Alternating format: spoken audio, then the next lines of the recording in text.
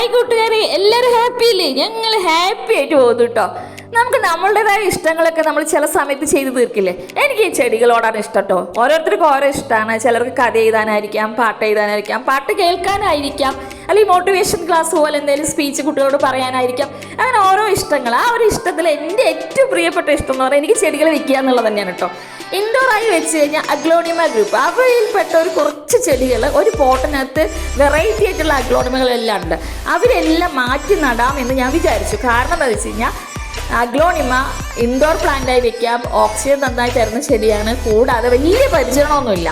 ഇതിന് ചാണകപ്പൊടി, കുറച്ച് ചകിരിച്ചോറ്, മണ്ണും എല്ലുപൊടിയും കൂടെ മിക്സ് ചെയ്ത പോട്ടി മിക്സ് അത് ധാരാളമാണ്. ഞാനത് ഒരു ബക്കറ്റ് നിറച്ച് എപ്പോഴും മിക്സ് ചെയ്ത് വെക്കും. നമുക്ക് എവിടെ നിന്ന് ചെടി കിട്ടുന്നു അപ്പം കൊണ്ട് ചെടി വെക്കുക എന്നൊരൊറ്റ ഐഡിയ എൻ്റെ കയ്യിലുള്ളൂ കേട്ടോ. അതുപോലെ പോട്ട്സ് ഞാൻ എവിടെയൊക്കെ ഇപ്പോൾ നമ്മൾ യാത്രകളൊക്കെ ചെയ്യുമ്പോൾ നഴ്സറികൾ കണ്ട് അവിടുന്ന് പോട്ട്സൊക്കെ വാങ്ങിച്ചുകൊണ്ട് വെക്കും.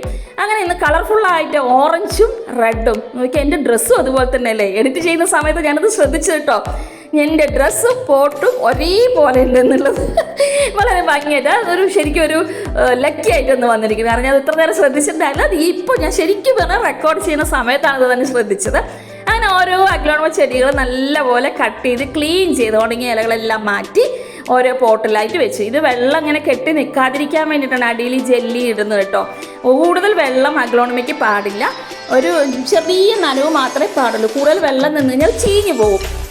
ചീഞ്ഞ് ഉണങ്ങി ഇങ്ങനെ ചഞ്ഞാൽ പോകുമല്ല, ഇല ഇങ്ങനെ മഞ്ഞ കളറായിട്ട് വന്നിട്ട് അങ്ങനെ പോവുക ചെയ്യുക കേട്ടോ. അപ്പോൾ നമ്മളെപ്പോഴും കൂടുതൽ വെള്ളം ഒഴിക്കാതെ വളരെ ശ്രദ്ധിച്ച് നടത്തുകയാണെങ്കിൽ കുറേ കളി പോട്ടിൽ ഈ ചെടി നിൽക്കും. മാത്രമല്ല കുഞ്ഞു കുഞ്ഞു കുഞ്ഞു ചെടികൾ ഇങ്ങനെ നല്ലപോലെ വളർന്നു വരികയും ചെയ്യും കേട്ടോ.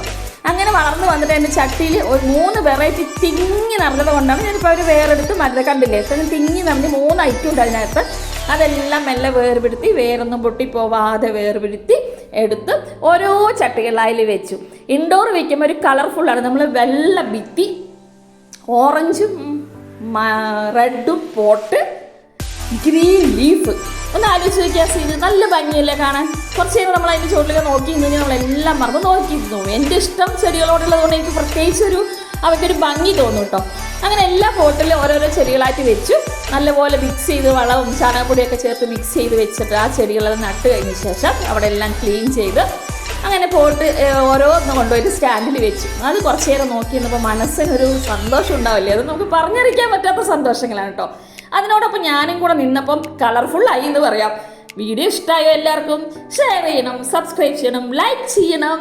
അതോടൊപ്പം വീടിനകത്ത് പ്ലാന്റുകൾ കൂടെ വെച്ച് ഭംഗിയാക്കുക. അപ്പോൾ ഓക്കെ, ബൈ.